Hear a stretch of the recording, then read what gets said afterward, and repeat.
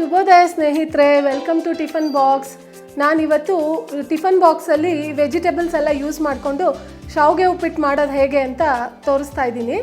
ಇದಕ್ಕೆ ಏನೇನು ಸಾಮಗ್ರಿ ಬೇಕು ಅಂತ ನೋಡೋಣ.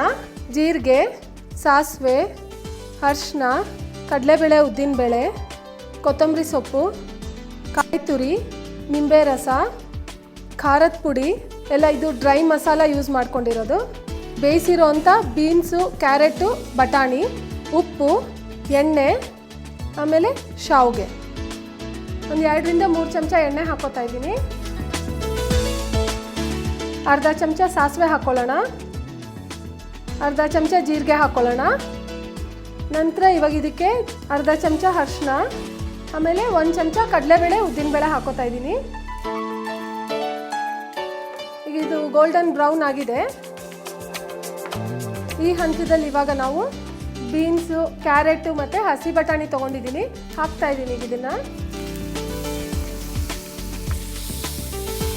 ಇವಾಗ ಇದಕ್ಕೆ ನಾನು ಇದು ಡ್ರೈ ಮಸಾಲ ಪೌಡರ್, ಇದು ನಾನೇ ಮನೇಲಿ ರೆಡಿ ಮಾಡ್ಕೊಂಡಿರೋದು.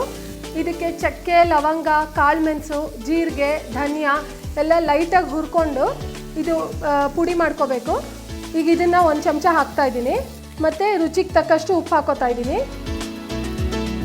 ಈಗ ಇದು ಮಿಕ್ಸ್ ಆದ ನಂತರ ಇದಕ್ಕೆ ನಾನು ಶಾವಿಗೆ ಅಂತ ಹೇಳಿದ್ನಲ್ಲ, ಇದೊಂದು ಅರ್ಧ ಹಾಕೋತಾ ಇದ್ದೀನಿ ಇವಾಗ ಇದಕ್ಕೆ.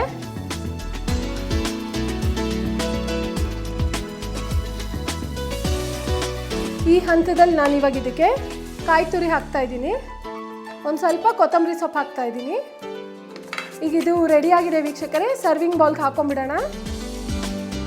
ನೋಡಿದ್ರಲ್ಲ ವೀಕ್ಷಕರೇ, ರುಚಿಕರವಾದ ತರಕಾರಿ ಎಲ್ಲ ಯೂಸ್ ಮಾಡ್ಕೊಂಡು ಮಾಡಿರೋಂಥ ಡಿಫ್ರೆಂಟ್ ಕೈಂಡ್ ಆಫ್ ನೂಡಲ್ ಅಂತಲೇ ಹೇಳ್ಬೋದು. ಇದೆಲ್ಲ ನೀವು ಮನೇಲಿ ಖಂಡಿತ ಟ್ರೈ ಮಾಡಿ, ತುಂಬ ಟೇಸ್ಟಿಯಾಗಿರುತ್ತೆ. ಮತ್ತೆ ಮುಂದಿನ ಸಂಚಿಕೆಯಲ್ಲಿ ಭೇಟಿಯಾಗೋಣ. ಅಲ್ಲಿವರೆಗೂ ಹ್ಯಾವ್ ಅ ಗುಡ್ ಡೇ.